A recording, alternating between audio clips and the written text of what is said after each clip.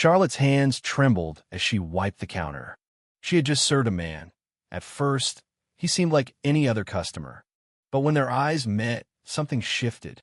The air grew heavier, almost suffocating. Who was this man? Was he really just another diner guest? Or was something far bigger unfolding before her eyes? Charlotte had no way of knowing, but deep down, she could feel it. This wasn't just an ordinary night at the Blue Haven Diner. Charlotte never went looking for trouble. She kept her head down, did her job, and believed in treating people with kindness. It was how she had been raised. Work hard, respect others, and don't get involved when things got messy. But sometimes, doing the right thing came with consequences. And tonight, she was about to learn that lesson the hard way. For nearly 3 years, Blue Haven had been her second home. It wasn't anything special, just a small roadside joint on the outskirts of Pittsburgh, squeezed between a gas station and a laundromat. The kind of place where truckers stopped for coffee, families gathered for weekend breakfasts, and the regulars knew the menu by heart. The pay was lousy, the hours were grueling, and the management didn't care. But Charlotte stayed. She had to. Her rent was already too high for a one-bedroom, and her younger brother, Ethan, was in his second year of college.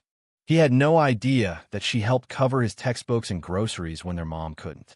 Charlotte never told him. She just sent a little extra when she could. That's why she took double shifts, endured rude customers, and worked alongside co-workers who saw kindness as a weakness. But the diner had its dark side, too.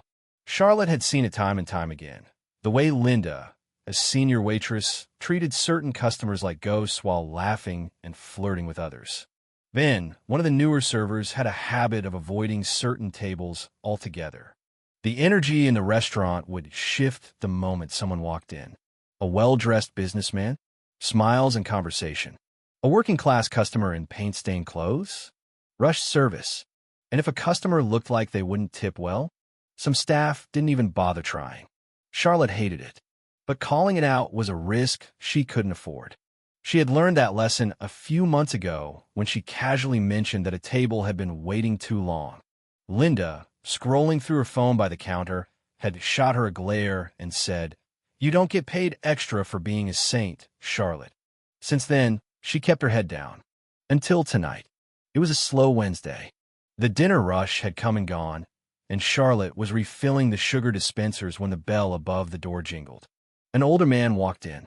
His clothes were clean but worn, nothing fancy, just a simple button-up and slacks.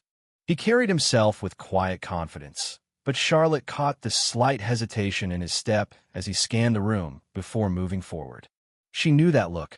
She had seen it before in customers who already knew what kind of welcome, or lack of one, they were about to receive. And sure enough, the reaction was immediate. Linda, still glued to her phone, didn't even glance up. Ben, who had been joking with another server, stopped mid-sentence. The atmosphere in the diner shifted, and Charlotte felt the weight of it pressing down on her. Something was about to happen. Something big. And after tonight, nothing in Charlotte's life would ever be the same again. It was eerily silent. The usual chatter and clanking of dishes had disappeared, replaced by a stillness that made Charlotte's skin crawl. She glanced around. No sign of Linda or Ben at their usual spot by the counter. The kitchen door was closed, and not even the faintest sound came from behind it. Then, Mark emerged from the back office. His expression was unreadable as he stopped in front of her, arms crossed. "Charlotte," he said, his voice clipped. Her heart pounded. "Good evening, Mark," she replied, forcing a smile. Something wrong. He didn't answer right away. Instead, he studied her with the kind of intensity that made her want to shrink away. Finally, he spoke. "I need to talk to you in my office." Charlotte's stomach dropped, but she nodded and followed him. As she stepped into the small, cluttered office, the door clicked shut behind her. Mark gestured for her to sit, but she remained standing. "You served that man last night," he began. "Yes, I did," she confirmed. "Was there a problem?" Mark's gaze sharpened. "He's been in before. Linda and Ben told me he's trouble." Charlotte frowned. "He didn't do anything. He just wanted dinner, like any other customer." Mark sighed, rubbing his temples. "Look, I'm not saying you did anything wrong, but we have a certain way of doing things here. Sometimes it's best to just follow along." Charlotte's fists clenched at her sides. So, because Linda and Ben didn't want to serve him, I should have ignored him too? Mark's silence was answer enough. No, Charlotte said firmly. That's not right. The office door suddenly swung open. Linda stepped in, arms folded, smirking. Problem. Charlotte turned to her, fire burning in her chest. Yes, the problem is how we're treating people here. Mark stood up, holding up a hand. That's enough, Charlotte. Let's not make this a bigger deal than it needs to be. Charlotte met his eyes, unwavering. It's already a big deal. Without another word, she turned on her heel and walked out.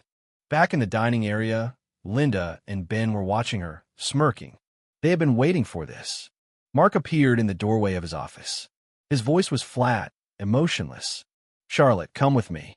A pit of unease settled in her stomach. What's this about? She asked. Mark offered no answer. He turned and walked back into his office. Charlotte squared her shoulders and followed.